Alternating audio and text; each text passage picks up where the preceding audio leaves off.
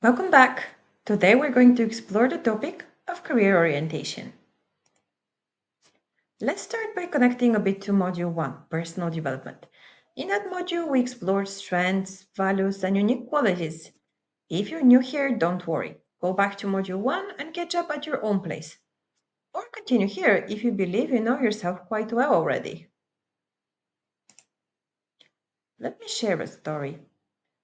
It's not easy being a teenager. At 13, you enter high school and experience a little shock.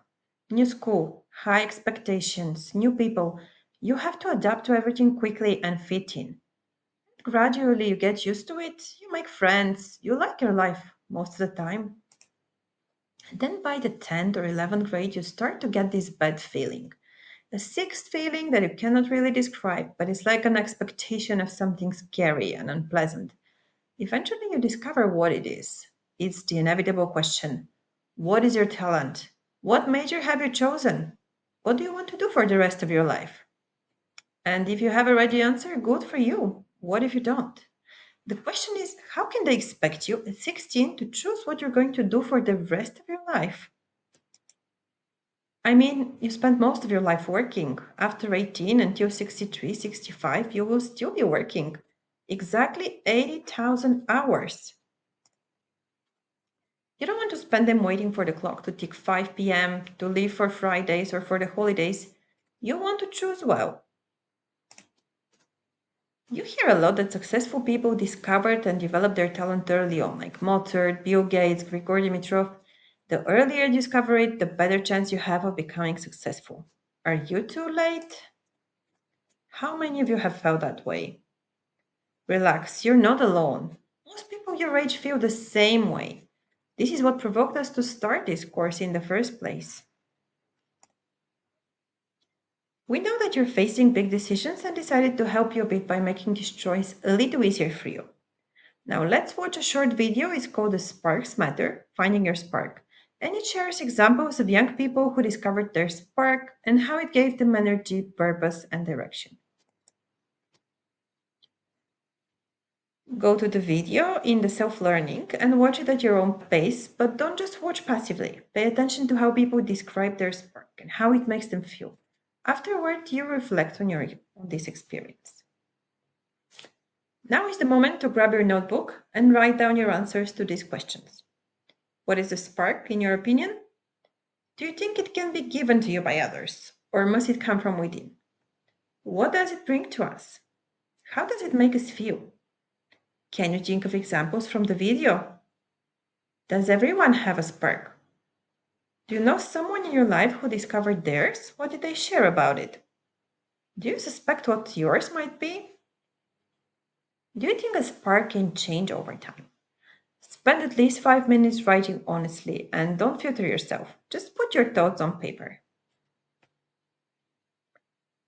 Why does finding your spark matter? Because it transforms the way you live. A spark gives you bravery to face challenges, focus and direction, strength to keep going even when it's tough, a sense of feeling truly alive, energy and joy that inspires others, better social skills, and even better health, faith in the future, resilience, and hope.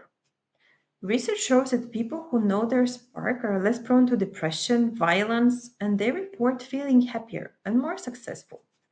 In other words, your spark isn't just about you, it's about the way you show up in the world. The spark is your inner passion, your fire, your drive, your personal fuel. It's the reason you get up in the morning. It's what makes you lose track of time, feel alive, and want to give your best effort. Think of it as your inner compass. When you follow it, life feels meaningful and full of hope. When you ignore it, you feel empty, bored, or like something important is missing. Now, let's find out more together through some tools that we're going to introduce you. Take 3 or 4 minutes to list at least three possible spark areas for yourself. They don't have to be final or perfect, they can be activities, causes, skills, or even feelings that make you come alive. For example, art, coding, sports, helping others, exploring nature, or entrepreneurship. We have a list of potential sparks available for you in the module. But try your own ideas first before checking their first inspiration.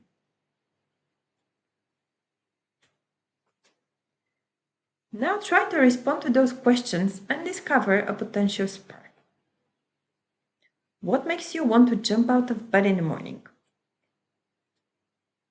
What makes you dread the thought of having to get out of bed? Sometimes talking about things that are definitely not your spark can help you find it. Describe something you have done that you're proud of. What is your favorite day of the week or part of the day, and what are you looking forward to doing on that day? Think of someone who is actively pursuing their spark. Describe what you see in them. What do they do? How do they think? If you could spend one day doing whatever you wanted with unlimited resources and money, what would you do and why? To explore your spark, what is the thing or things that you would like to learn more about or try? How do you know that what you discovered is truly your spark? Questions you can use to check. Am I happy with what am I doing? Does it do good to the world, to others? Do I see meaning and significance in what I do for myself? Am I making the world, people, animals, city, nature better by my actions? Does what I do develop me, make me a better person, citizen, specialist, personality? Now it's time for some mind mapping. In live trainings, we usually do a group mind map. For self learning, I invite you to do this individually. If you have a potential spark, brainstorm. Where could I look for it? In what activities, organizations, or communities might I find opportunities to try this spark? If you already know your spark, ask yourself, how can I develop it further? What activities, mentors, or opportunities could help me grow in this area? Write it down in a mind map style. Put your spark in the center, then branch out with ideas around it. Now take a moment to thank yourself for the effort you've put into this reflection. Write down the answers to those reflection questions. What inspired you today?